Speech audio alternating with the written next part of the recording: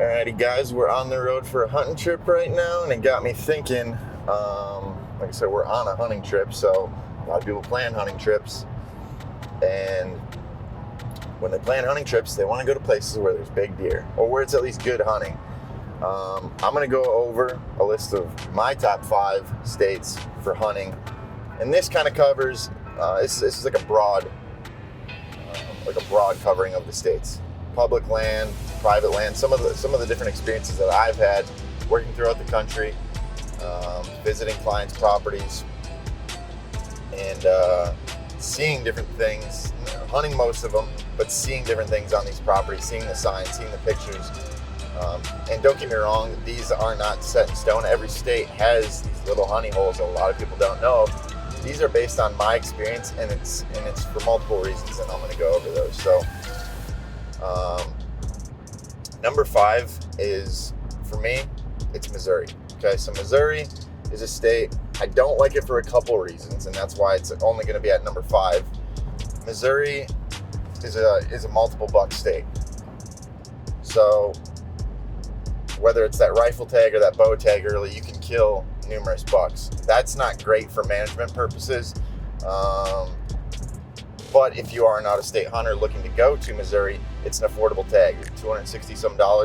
Not a bad price, and the quality of deer is pretty good. The problem with Missouri, don't think you're jumping the gun if you're going to try and hug that Iowa border, guys, because everybody's doing it. The public land is pretty well, picked over.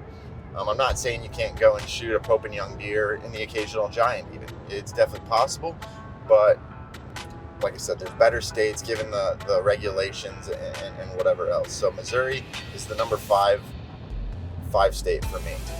Number 4, I'm going to put it Illinois. Illinois, I like their regulations a little bit more. The thing that benefits out-of-state hunters, but also doesn't benefit the out-of-state hunters, is the fact that their price of their tag is so expensive. You're looking at darn near $500 for a tag. Okay, well, that keeps a lot of guys out. So if you are one of those guys who is interested in seeing high quantities of deer and quality of deer, Illinois is a place to go.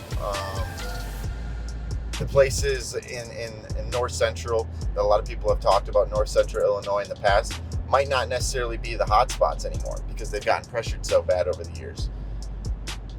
Don't get me wrong, there's still big deer there, but it's kind of a toss-up. So Illinois clients that I've had, I've seen deer in the 180s, 190s, 200s. So maybe you're looking to buy land. Illinois would not be a bad state at all to be buying land in. Public land, another good one. Like I said, the thing that keeps a lot of people out is that price of that out-of-state tag. That out-of-state tag, like I said, it's going to run you close to $500. That scares a lot of people off for deer. I understand it, especially when you can go. You do get two buck tags. But when you can go to a place in Missouri, 2 buck tags, it all depends where you're at financially, and I guess what you're looking to kill as far as quality of deer. You can get them both in Missouri and Illinois. Number 3 for me is Kansas. Kansas is a pretty well-known state. Low population as far as people goes. Once again, an expensive tag.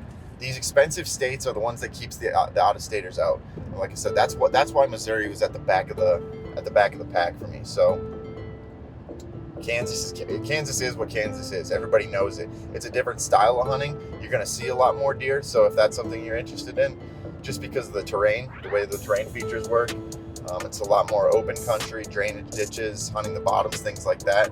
It's definitely a fun hunt. And as far as quality of deer, guys, it's world class. I mean, it depends what zone you end up going to, but like I said, I mean, the quality in Kansas is out of this world. So now I'm going to move to number 2, and number 2 is a state that I've lived in. So this is one that I have most experience in, especially the past couple of years, I should say. It's one of those states that I think the people that are from this state are going to maybe get a little upset and say, don't come to this state. We don't want you to come to this state. And there's a couple reasons why it's great, but there's a couple reasons why you might not want to go to the state. The state's Kentucky.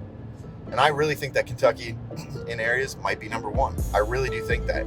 Now, you Iowa guys, hint, hint, are probably bothered by that statement, and I get it. But here's the thing about Kentucky. It's a $1 state. Your out-of-state cost, if you are looking to hunt out of state are moderate. They're not bad. They're not Missouri cheap, but they're not bad. I think you're looking in the 300s after you get your tags and everything. So,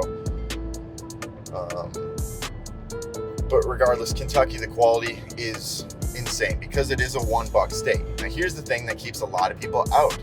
It's that weather, okay? I've hunted it in up to 100 degrees, and I've seen shooter bucks. But who wants to go hunt in 100 degrees, especially early season? And you might get that temperature all the way through October. It's just the reality of the situation when hunting in Kentucky. So the world-class potential is absolutely there. It's a $1 state, moderate tag price.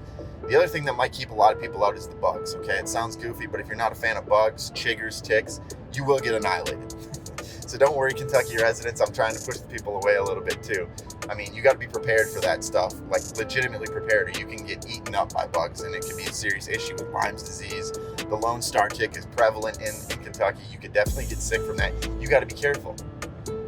Poison ivy on every tree. Be prepared for that. And the thing that's going to be a kicker for a lot of you out-of-staters, especially the northern guys, snakes. Okay, depending where you are, you got copperheads, cottonmouths, and rattlesnakes. Now I just lost about 50% of you. I get it. So those are all things that you do have to be cognizant of when going to a place like Kentucky. Nonetheless, I think for those reasons, it keeps a lot of people out. Moderate tag price, $1 state, whether it's rifle or bow. Kentucky, in my opinion, very well might be number one, but it's hard to pass up Iowa. Iowa, number one. Once again, we go to those state regulations, what the DNR is doing in that state, and whether it's shotgun season or the placement, the time of the seasons, or anything like that. I mean, it's hard to beat. It's hard to get an out-of-state tag. It's an expensive tag, once again. So if you do get that tag after 4 or 5 years, depending on the zone you want to hunt, don't get me wrong, there are zones you can hunt. Maybe it's with a muzzleloader tag on 1 to 2 years of drawing points. But overall, you're going to be invested if you're trying to hunt the best spots in Iowa. You're going to be invested close to $800-900 when it's all said and done, guys. That keeps people out. But if you are one of those diehard guys, it's very likely to go out on public land and kill 140, 150, 160. You could kill a Boone and Crockett deer. It's definitely possible, but you have to be realistic. It's still hunting. For the private land guys, if you are looking to buy land, any of those last states that I just named, especially in the top 3, absolutely it's possible. But now you have to weigh out your options. Is it worth buying land in a state where you only have 1 tag versus 2 tags? Those are all things you're gonna have to figure out. But Iowa's unrivaled. I mean, like I said, keeping people out with those high tag prices. The quality of deer is insane thanks to the regulations and the way that the DNR runs the state for the most part. Nobody's perfect. No state is perfect. But Iowa is what Iowa is, and that's why Iowa's going to stay the way it is, because the regulations. It allows non-residents to only go there X amount of times, or X amount of years, depending what zone you go to. So that's my top 5, guys. They're all good states, and there are still great states that don't get mentioned as well. And honestly, one of the biggest hidden gem states. Actually, I'm going to leave that for another video. We'll talk about that in another video. There's a couple states that I hear nobody talk about where there's absolute world-class deer. Just a little bit harder to hunt, maybe not an ideal location. So as far as that goes, we'll get to that one another time, guys. But that is the top 5 states, in my opinion.